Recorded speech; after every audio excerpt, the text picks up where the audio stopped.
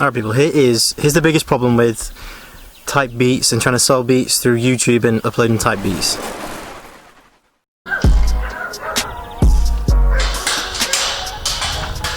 Yo, we're getting close to the end, I believe, or a potential end, or like an ease in restriction of the lockdown. Should hopefully soon be over, which is really good because, I mean, not only is it sort of calmed down and less people are getting infected, which is really quite scary actually, but now I can actually upgrade the studio. Like I'm basically thinking of getting some like big lights, you know, or one big light that sort of sits in a softbox, which is like a big thing that you see that photographers use on like photo shoots. I'm going to use one of them. But yeah, I'm just going to crack on with today, normal routine, make some beats.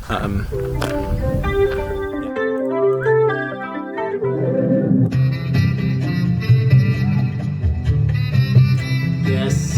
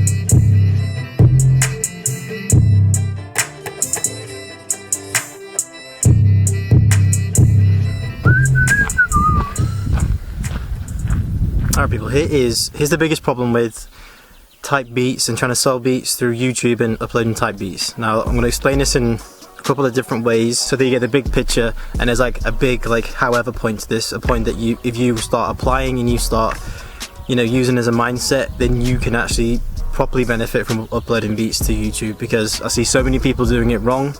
And for the majority of you, it won't work unless you know make a few adjustments that's going to allow you to have more of an advantage when you're uploading beats to YouTube. The main problem, I'll start off with the problem because then we can go into how to resolve it.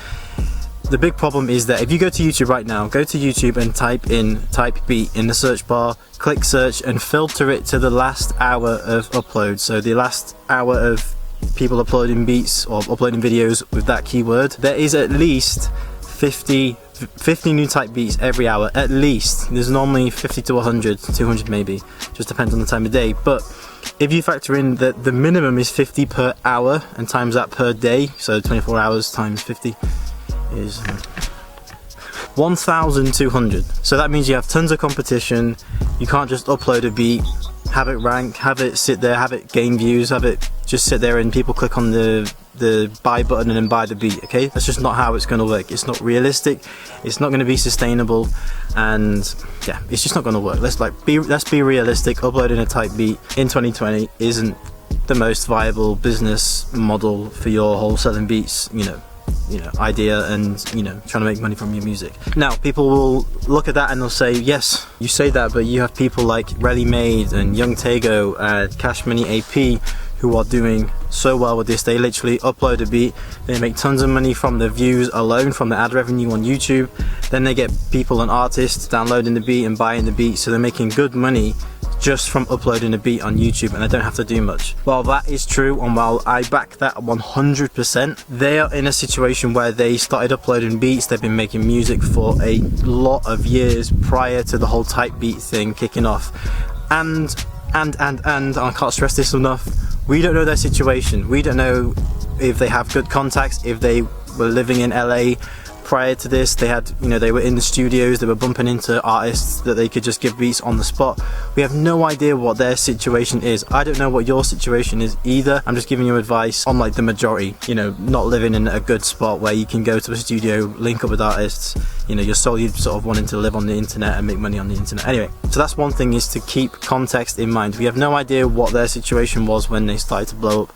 All we know is that they've been doing it for a hell of a lot longer than we have, including myself, including a lot of producers. So if you're watching this, I'm assuming that you haven't been doing it for a significant period of time. When I say significant, I mean 4 or 5 years plus of just solid grinding, hard work and putting it out good music, okay? So that's the first thing, is that you need to drop that perspective, because their perspective is the whole sort of whole like premise of uploading a beat, putting the purchase link in the description and making sales from that and making views is kind of out the window. Let's be realistic, it's kind of out the window, because if you're going to upload a beat, you're going up against tons of other videos, and in order to get any like, you know, minor amount of traction, you're going to have to maybe put money behind it on Google Ads. Then you're gonna have to know how to target the right people. You're gonna have to know how to do keyword research. You're gonna need money in the first place to put, you know, to spend money on putting ads out there. So like, in terms of just making it sustainable, it's kind of out the window. If you have money, great, but you still have to know how to target people. So I'm basically sitting here and saying that just simply uploading a beat and hoping for the best is not the best way to go about it. Now, here's the however point, the point that you need to kind of think about, and hopefully that I can make you aware of, that will hopefully, you know,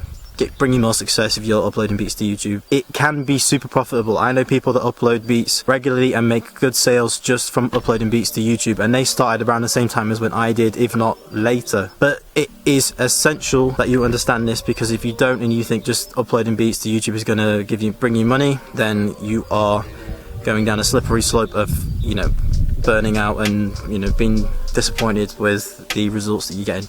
Anyway, the big point is you can have success on YouTube. You can have great success on YouTube in terms of making sales if you drive all of your traffic to your YouTube. Now, what I mean by that is if you're smaller, if you're doing the strategies that I've explained in previous videos, where you reach out to people via DM, you're like, you know, hey, I've got a few beats that can work for you, do you mind if I send them through? If you do that, then you can direct all of your traffic to your YouTube. That can be sort of the center hub for all of your beats. That's where you can send rappers to listen to your music, and that's where you can make the majority of your sales. Now, my key point here is that you can have good success from selling beats on YouTube by uploading type beats if you put the work in on the back end and send all of the traffic, everybody that wants to listen to your beats, everybody that you've reached out to that have replied and said that they, you know, send them some beats, send them to your YouTube channel, or at the very least send them beats to their email, and then once they're interested, send them to your YouTube channel, okay? But the key is that you have to put in the work for this. There's no shortcuts. You can't just upload a beat and expect sales to come in. I think that's the key thing that a lot of people misinterpret. So the take-home message is you can still upload beats to YouTube,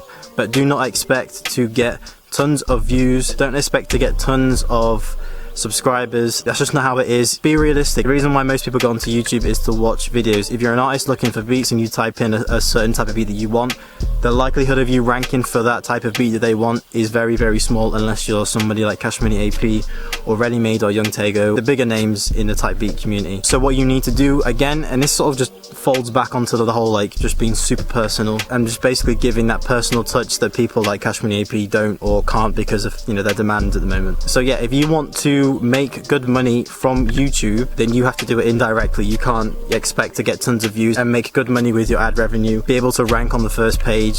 Like, all that's kind of out the window unless you've got a decent budget to spend on ads. The best way to go about it is, again, just adopt that super personal touch. Be super active on Instagram, be super active on Twitter, SoundCloud, and send all of your traffic to your YouTube channel, and make sure that they are aware that that's where all of your beats are, because that's how you're going to build that community. You're way better off having a audience of 1,000 people that are all artists, that are people who are actively looking for beats, than you are having 10,000 people follow you that are half producers, half random people, half fake subs that you've bought, and, you know, the rest of them, you know, and a couple hundred being artists. The key thing is to have the most optimized audience, not the biggest audience, okay? So when you look at my channel, if you look at Cash Money AP's channel, don't worry about the subscribers. It's really not about that. It's more about the quality of those subscribers, okay? Or those followers. I feel like I've ran over a fucking ton here. I hope that makes enough sense to you that you can kind of adopt that mindset of, or not even adopt a mindset, it's more of just sort of, you know, dropping out that assumption that you can blow up just from uploading beats. It's more about putting in tons of work on the back end, acting as though you're a salesman and treating that platform as your basis to send all of that traffic to. Okay? Rant over. Now, I'm going to go back inside and make some beats. That didn't go very well.